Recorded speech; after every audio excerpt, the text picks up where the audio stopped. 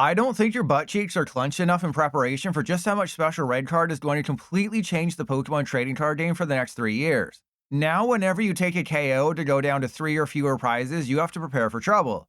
If you don't have Dunsparce or Fezandipiti or Dracloak on the bench or a way to play with your balls to find Meowth, you might just lose. Except don't forget, Team Rocket's Watchtower shuts off 2 of those strategies. Basically, think of how bad an unfair stamp is in our current meta, then imagine them doing that 2 or 3 times per duel. Now imagine me lotioning my feet. Yeah, you probably envisioned me dumping the whole bottle on them, didn't you?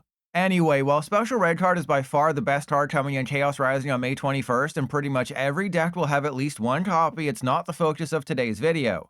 Instead, I'll be highlighting how some of the 85 other cards in Chaos Rising impact existing decks, starting with the one who makes a huge comeback, Ceruledge EX. Yes, if you've been edging for the past 2 months, your time has finally come.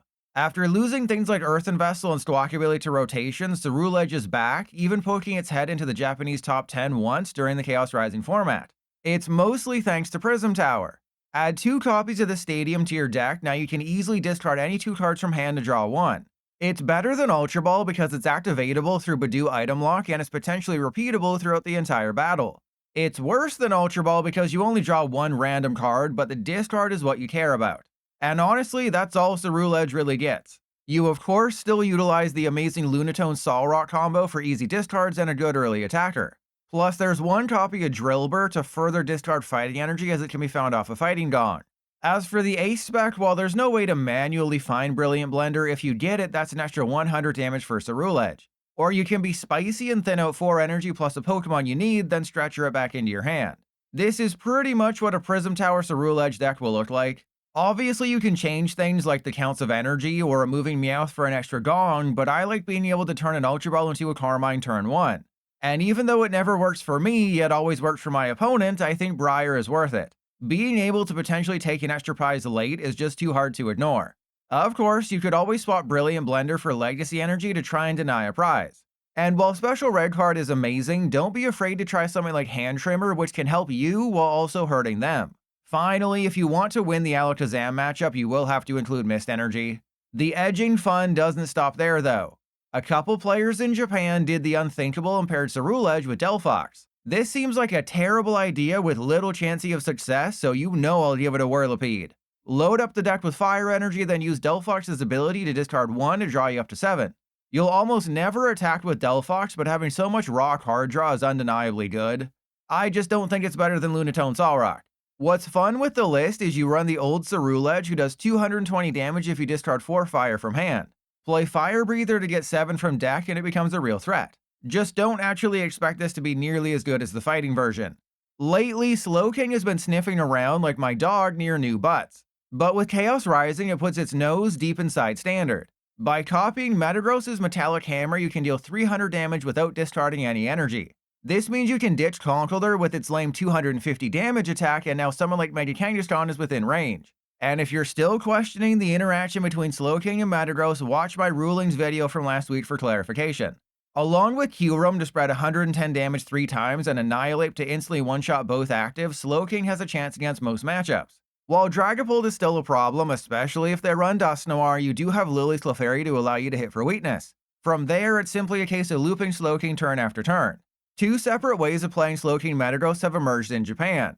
First is with good old Smooch'em, which is what I do when I see some bare toes. Slowking Seek Inspiration takes 2 energy. Smooch'em accelerates 2 Psychic onto somebody for free.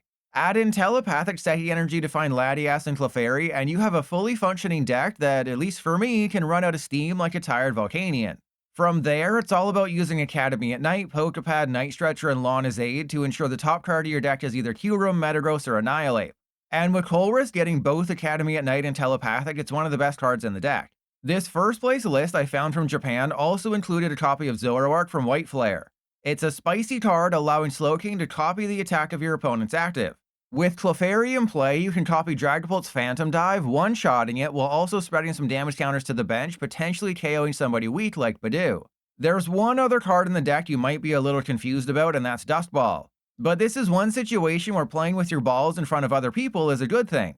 In case you haven't read Special Red Card as many times as I have, remember that it takes the cards in your hand and puts them on the bottom of your deck.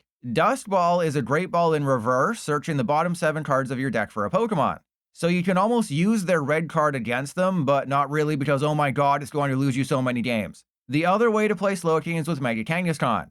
I know it seems scary, especially with it having a fighting weakness, but this combo actually allows you to become a master baiter. If a Lucario player sees their opponent flip over a Kangaskhan, they go on autopilot. It's 3 easy prizes for a single energy plus a premium power pro. But Slowking hits Lucario for a weakness, so you trade 3 prizes for 3 prizes, not benching another Kangaskhan. Best of all, Lucario doesn't run Shaman, so Q-Room can easily take the remaining 3 prizes on a Lunatone, Solrock, and Riolu. Another benefit of Kangaskhan, of course, is the fact it draws 2 cards. If you go first and start one of your 4 copies of the Kangaroo, that's more chances to get a Poffin or Telepathic before they do anything. And you can easily retreat your beefy mommy thanks to Latias. But the fun doesn't stop there. Cypher Maniac's code breaking takes on a dual role here. Where it's typically used to put somebody on top for Slowking to copy as well as your next top deck, here you can put 2 cards you want to draw into ahead of a run errand. And probably the spiciest card here is Boomerang Energy. Q-Room requires you to discard all attached energy. Okay, Boomerang Energy reattaches itself at the end of your turn. Why is this important? Because if they choose to gust up any of your multi-prizers, guess what? You're just a manual attachment away from attacking with Slowking again, putting them between a Rockruff and a hard place. As you can see from this list, there's only 4 Pokemon for Slowking to copy and 2 Q-Room and 2 Metagross. So you're either dealing 110 damage to 3 Pokemon or 300 damage to their active, and that's it. Well, unless you triple attach to a Kangaskhan, but that would be way too slow, King. I know I abandoned Prism Tower like it was a Starly that only knew Tactile and Sand Attack to talk about Slowking, but it really is the best new card for old decks, not counting Special Red Card and maybe Patrat. While 4 Ultra Ball and 4 Carmine should be enough to fill your discard pile with metal energy, Prism Tower just gives you another way to get them in the bin for Archaludon EX's Assemble Alloy. If your TikTok-addled brain has already forgotten what Prism Tower does, here you want it to discard 2 energy from hand to draw 1. Every Archaludon list plays at least 9 energy, so the odds of being able to do the thing, especially when you have 3 Prism Tower, are higher than Ash when he sent out Pidgeotto versus Brock's Onix. Along with Prism Tower, the other new card you'll find in some, but not all, Archaludon lists is Felipe. Its effect is literally the same as Archaludon's ability, accelerating 2 metal from the discard pile to one of your metal Pokemon. I won't say he's 100% necessary, though he is good at bridging the gap to a late game Mega Mawile, instantly powering it up even if you don't have any Duraludon left on the field. One new card you won't really find in an Archaludon list is Magnetic Metal Energy. Yes, it gives metal types free retreat, but every metal type in your deck is designed to attack, so adding a special energy you have no way of manually finding that has no synergy with Archaludon's ability in a world where people are adding more hammers to their decks just isn't quite worth it. This is the core Archaludon Prism Tower list you'll find come Chaos Rising. You have several ways of discarding energy, while the Dunsparce provides card draw and the Dunsparce EX is a way to beat off EX heavy decks and Crustle. I am questioning the lack of special red card, but between 2 Judge and 1 Unfair Stamp, you'll annoy your opponent plenty. A card you probably didn't recognize from the list is Baby Archaludon. For 3 metal, it makes itself immune to damage from all basics, so Ogerpon, Clefairy, Raging Bolt, and Baby Okidogi can all be walled. Otherwise, if 220 from Metal Defender isn't enough, you always have the Relicanth Duraludon combo in your back pocket next to your favorite butt cheek. If you'd prefer a non-to-Dunsparce build of Archaludon, here you go. It replaces the Hot Snakes with Pokégear, Carmine, Explorer's Guidance, and Jumbo Ice Cream, meaning it's more destructive but requires less thinking. Basically, if you're planning on building an Archaludon deck after May 21st, there's several different cards that can help you win, with Prism Tower standing tallest. If you'd prefer a deck that almost solely relies on Felipe to execute its strategy, there's Hop Zacian EX. Remember that with Post-Switch, Snorlax, and Choice Band all in play, Zacian can deal 330 damage for 3 metal. People have tried to pair this with Archaludon and Steven's Metagross in the past, but having to jam in all these excess cards that only worked with Zacian was a bit of a headache. Well, call Felipe Tylenol because he helps alleviate all those problems. Before I get to the list, there's a couple things you need to beware of. Hop's Trevenant does up to 210 damage for 0 energy, hitting for a Psychic weakness, so don't be afraid to run a 2-1 or 1-1 line. And Felipe allows you to deal massive damage late with Mega Mawile, who gobbles down for 320 if you've taken 4 prizes and 400 if you've taken 5. Alright, list number 1 is fairly straightforward despite how busy it may seem. If you get a Secret Box turn 1, you can potentially launch a fully powered Brave Slash since it grabs Felipe, Choice Band, Postwick, and Hop's bag. Unfortunately, Zacian's kind of a coward and can't Brave Slash on back-to-back turns, hence the 3 switch. And Patrat's here to stop them from using Monkey Dory, as Insta-Strike hits the active for up to 120 and someone on the bench for 30. The next version is mostly the same, though it focuses more on Zacian with 2 Felipe and Latias EX for retreating. Plus, it has Blood Moon Ursaluna EX, so you always open someone terrible and have to scramble to find your Latias. And finally, there's 4 Mist Energy in this build to stop Alakazam, though if they manage to get their enhanced hammers at the right time, there's not much you can do to win. I've always been one of Zacian's only fans, and I really think Felipe can help it take that next step. But I also know how a good start by your opponent can completely stop this deck in its tracks, no matter how brave you are. If you're looking for other ways to utilize Prism Tower, a good one is Ethan's Typhlosion, who I'm shocked isn't better than it is. That being said, you still probably want Battle Cage to be your main stadium, because finding space for Psyduck, Shaman, and Patrat on your bench is a bit rough. In case you forgot, Ethan's Typhlosion does 40 base damage plus 60 more for each Ethan's Adventure in your discard pile. Quilava can find Ethan's Adventure with its ability, meaning all you need is a way to get rid of them. That could be Ultra Ball, or Naveen, or Morty's Conviction, or Iris's Fighting Spirit. With Chaos Rising, you can add Prism Tower to the mix. Prism Tower's existence also means anyone still running Brilliant Blender can get rid of it and go with a better ace spec like Unfair Stamp or Secret Box. You definitely have to keep running Redeemable Ticket though, no matter how many times PDC Geo laughs in your face for prizing 1 Ethan's in the ticket, making you wonder why you even bother. The list has everything you need to deal with Dragapult. While Typhlosion tops out at 280, if you have Victini down, now it's 290. Then Brave Bangle or Gravity Mountain allows you to one-shot the dragon. Of course, you can also cross over to the dark side and play this with Dragapult. It's mostly for Dracloak, but just take out to Dunsparce, add a 3/3 one-line of Dragapult, and hate yourself afterwards. If it's been too long since someone gave you Crabs, remember that Crabominable is basically Typhlosion. The good news is that it's a stage 1 and has Veluza as a backup attacker. The bad news is that it only does 250 damage, can't attack next turn, and there might not be room for Surfing Beach in the list. Additionally, there's Kingdra EX. Put evolve water types like Aurorus and Dewdong in the discard pile, then flash them into play with King's Order. I'm not sure how the deck wins after that, but why let reality stand in the way of a good idea? Finally, Team Rocket's Mewtwo Spidops has been incorporating a single copy of Prism Tower lately to great success. You don't make any major changes to the list though. Simply cut a Team Rocket's factory in favor of 1 Prism Tower and call it a day. Petrol can find Prism Tower, and you play 4 Transceiver to find your supporters, meaning you have a good way of getting energy into the discard pile ahead of Spidops' ability. Right now, people disappointed with fire types in 2026 are impatiently waiting to see if Mega Heatran EX ends up being fire or metal. Or I guess even if we'll get a Mega Heatran card at all this year. I mention Mega Heatran EX because Oricorio EX's ability only works if you have a Mega Evolved fire type in play. Currently, we only have stage 1s and stage 2s. A basic fire Mega would completely change the game, so keep your toes crossed. For now, if you want to play a deck featuring Oricorio, why not Mega Charizard X EX with the new DELPHOX? Yes, DELPHOX makes another appearance because Chaos Rising is so bad. You only need 4 Fire Energy in play for Megazard's Inferno X to deal 360 damage. The issue since rotation has always been card draw. While it is adding another stage 2, DELPHOX with Oricorio is a great combo. Oricorio's Excited Turbo accelerates all Fire Energy from hand to any bench fire type provided one of the Megazard is in play. So Oricorio thins your hand, which is perfect for DELPHOX, who keeps drawing you up to 7 by discarding a fire from hand. Again, Megazard X only needs 4 energy in play to one-shot everything. You just might fall behind early and never make a comeback. Still, this is a way to make a Charizard deck work right now. While the most successful Japanese list took it easy on the foxiest Pokemon with just a 1/0/1 line, I think you need to go hard. You might not know this, but there isn't a 70 hit point Charmander in Standard. All we have are ones with 80 HP, meaning Poffin is out of the question. Luckily, we have Fennekin. For a single energy, this puts any 2 basics directly on your bench, including Fez and Oricorio, making it the best setter-upper. Admittedly, the list seems a bit rough. I might choose an Energy Recycler over the 3rd Retrieval, and just 4 Lilies plus 2 Judge means PDC GL is already licking its toes, ready to screw you over. I'm also panicked about the 1 copy of Bosses. Yes, I understand that Megazard Y snipes 280 damage, but it can't hit Terras, which Dragapult is. And even if it did, Dragapult would still survive.